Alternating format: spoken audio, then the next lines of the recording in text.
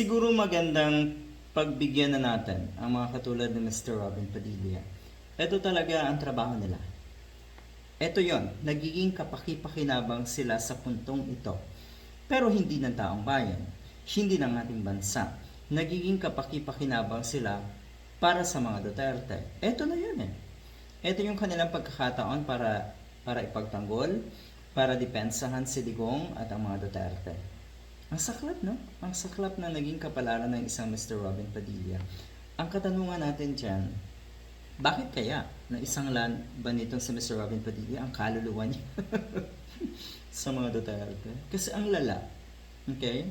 Napaka-vague, napaka-generic yung kanyang rason na kuno ay kasinungalingan, na kuno ay hindi totoo ang paratang ng Quadcom. Hoy, hindi basta-basang paratang yung lahat ng yan. Dumaan sa masusing investigasyon, dumaan sa mga witnesses, dumaan sa masusing pagbusisi ng maraming katanungan para dumating sa punto nga na mabigyan or ma-uncover ang katotohanan. At ito po ang nangyari. Huwag niyo pong insultuhin ang mababang kapulungan. Dahil kung meron ditong dapat insultuhin, kayo, Mr. Robin Padilla. Dahil unang-una, sabihin ko sa inyo, ano yung sinabi niya? Kasinungalingan. Hanggang dyan lang, kasinungalingan. Talaga ba? Talaga ba? Sa dami ng investigasyong nangyari, darating ka sa punto na pawang kasinungalingan ang lahat ng ginagawa ng Quadcom? Diyos ko po naman, por Diyos por Santo. Hindi ito biro dahil ang rekomendasyon ay kasuhan sila ng crime against humanity. At ang sabi nga natin si Padilla, hindi namin matatanggap na ang aming chairman na si dating Pangulong Rodrigo Duterte ay na-involve sa ganitong kaso. Naku po, ay tanggapin nyo na. Totoo kasing na-involve eh. Kung mahirap tanggapin yan, wala kayong magagawa. Dapat nyo tanggapin. Anyway, mabuti kung meron man o masama ang ginawa ng puon nyo, naandyan ka pa rin eh. So tanggapin nyo na. Dapat mong tanggapin. Wala kang magagawa kundi tanggapin na si Digong ay sangkot sa mga karumal-dumal na patayan. At yan po ay inamin niya mismo. Aminado siya na pumapatay siya ng tao. Pumapatay ng tao.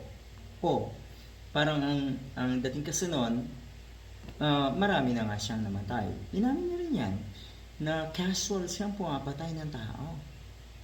Ito yung pag-amin niyo. Nagtataka ako. Ang Justice Department hindi pa nag-file ng kaso hanggang ngayon. Matagal na akong pumapatay ng tao. Hanggang ngayon, hindi pa ako sila naka-file ng kaso. So, ito na nga. Ang DOJ po ay siguradong ipapatawag na si Digong, ipapasapina na, kasama na rin si Bato de la Rosa at si Bongo na medyo aligaga ngayon at hindi malaman kung anong gagawin. Hindi daw sila bothered, hindi daw sila apektado. Lalo na si Bongo. Balikan natin si Mr. Robin Padilla. Ito po ay isang malaking kahihiyan na naman. Sa tuwing kayo magbibigay ng inyong pahayag, pwede po pag-isipan yung mabuti, hindi yung liar, kasi nungalingan. Ganun lang ang abot ng utak mo. Pwede sigurong mag-isip ka ng konti.